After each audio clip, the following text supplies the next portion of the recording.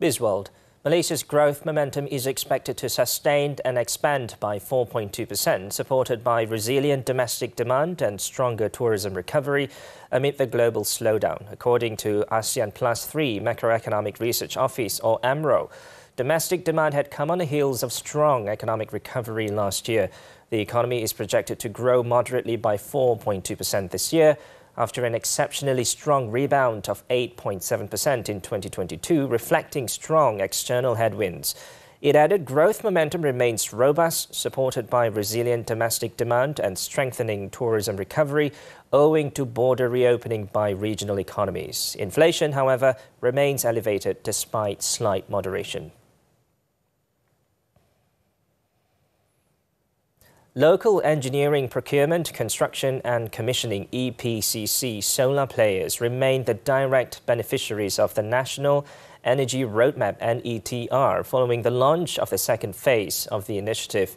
As gas will continue as the dominant source of fuel for baseload power, the research unit believes that existing independent power producers are likely to see new gas plant expansion in the future.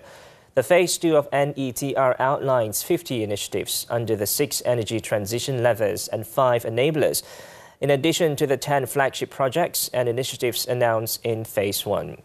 The successful implementation of the NETR is projected to uplift GDP value at a compounded annual growth rate of 8.4%, from 25 billion ringgit in 2023 to 220 billion ringgit in 2050, generating 310,000 jobs.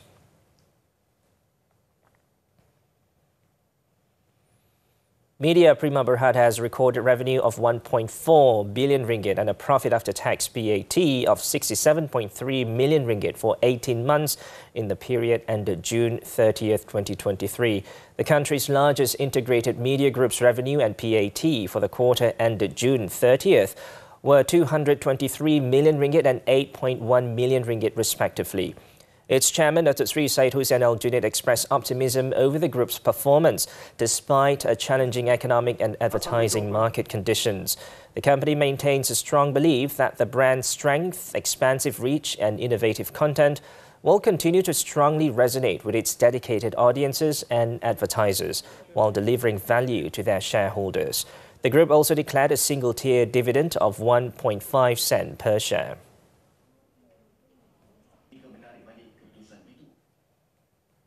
Moving on, Petronas posted revenue of 170.3 billion ringgit for the first half of this year amid a market decline in energy prices. It is a marginal decrease from 170.4 billion ringgit recorded in the same period last year.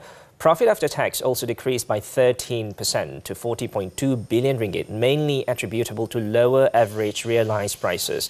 Petronas President and Group CEO Tan Sri Tengku Muhammad Taufik said the group has resolutely progress in its initiatives to sustain business performance despite contending with a volatile price environment in the first 6 months of the year.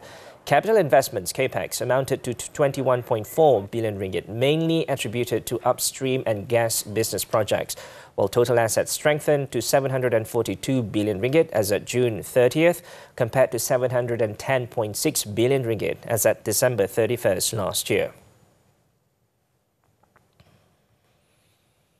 Malaysia, Indonesia and Thailand are likely to attract more foreign investments as companies look to deconcentrate risk away from China. According to Moody's Analytics, the rest of Asia seeks new investments as global demand shifts away from China toward North America.